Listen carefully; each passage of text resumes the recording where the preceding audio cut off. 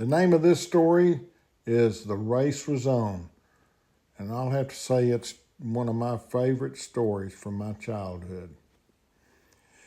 Well, his name was Curtis Brown Parker, but everyone around Smithwick simply called him Brown Parker. Of all the men my daddy ever knew, not sure but what he admired Brown more than just about anyone. Brown was several years older than Cecil, and I honestly believed he helped shape Daddy into the man he became, for better or for worse. Like so many folks during the 1940s, Brown and his wife Eula packed up and moved to California.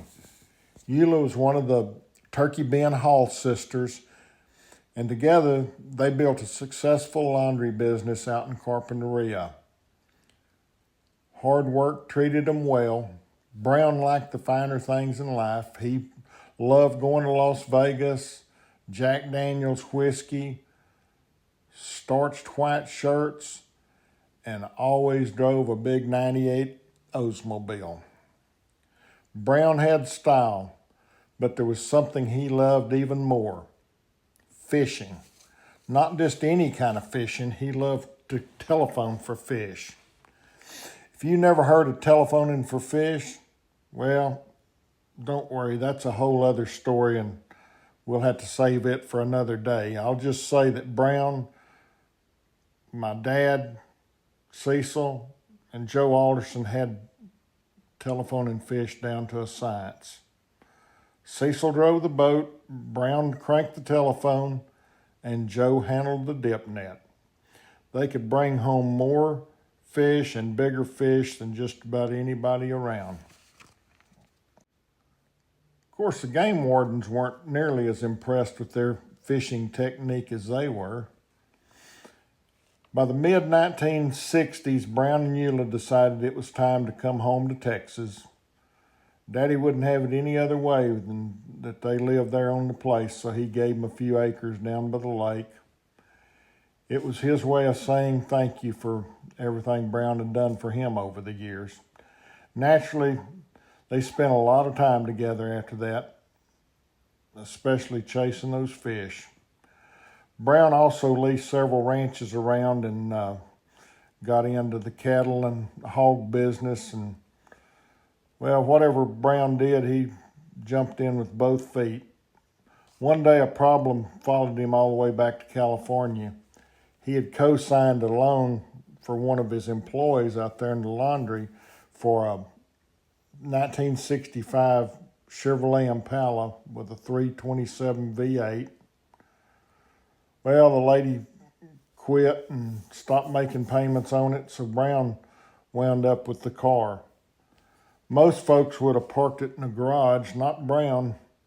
He used that shiny Impala as his ranch car, took the trunk lid off and started hauling feed in the back of it, bouncing around all over rough pasture just like it was a pickup.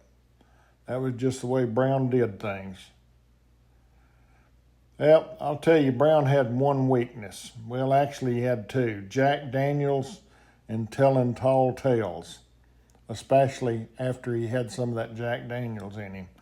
One afternoon, several of the local men were all standing out in front of our house when Brown started bragging about how fast that Chevrolet was. I was 15 years old and had a 1963 Ford Galaxy with a 390 cubic inch engine at the time. After listening to Brown for a little while, I finally said, "Brown, that Chevy couldn't keep up with my Ford." Well, that got everybody's attention, and the trash talking got louder. Finally, Daddy had heard enough. Of course, there was a lot of drinking going on, and he said, "Brown, either shut up or put up." Then Daddy did something that surprised everybody. He offered to stake me in a $500 bet, a race from Smithwick to Marble Falls. Back then, that was pretty serious money. I guess he had a lot more confidence in my old Ford than he did Brown's Chevrolet. Well, and the driving ability too, maybe. The starting line was out in front of the Smithwick Community Center, and we raced all the way to Marble Falls. The first mile was a fairly straight run, but that next 9 miles on to town were just twists and turns every which way. We went out there and lined up, just the two of us. One of us signaled the other, and the race was on. All that group of men had stayed behind there at our place and were looking out toward the highway to see what was happening. By the time we got there, I was probably a good quarter of a mile ahead of him. After that, I never did see Brown again.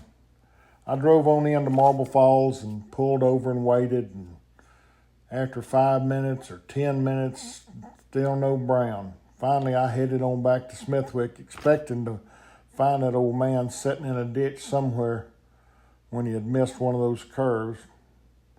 But I never did see a sign of him. When I got back to the house, Daddy and the rest of the gang were all standing out there wondering where Brown had disappeared to. So we all piled in our vehicles and drove down to Brown and Eulah's place. There sat that Impala, parked in the yard right up by the steps, safe as it could be. After a little arm twisting, Brown finally came on outside. First, he denied everything. He suggested that he actually won the race, but there wasn't anybody really buying into that. Finally, he reached in his pocket and pulled out 5 crisp $100 bills and handed them to me. At that time, I still owed $494 on that car. Next morning, I walked in the bank, paid the note off in full, and walked out holding that car title. I can't describe how good I felt, 15 years old, with a car paid off. And after that day, I don't ever remember hearing Brown even mention about how fast that Chevrolet was. But knowing Brown, he might have let me win on purpose. But with all the whiskey talking, I doubt it.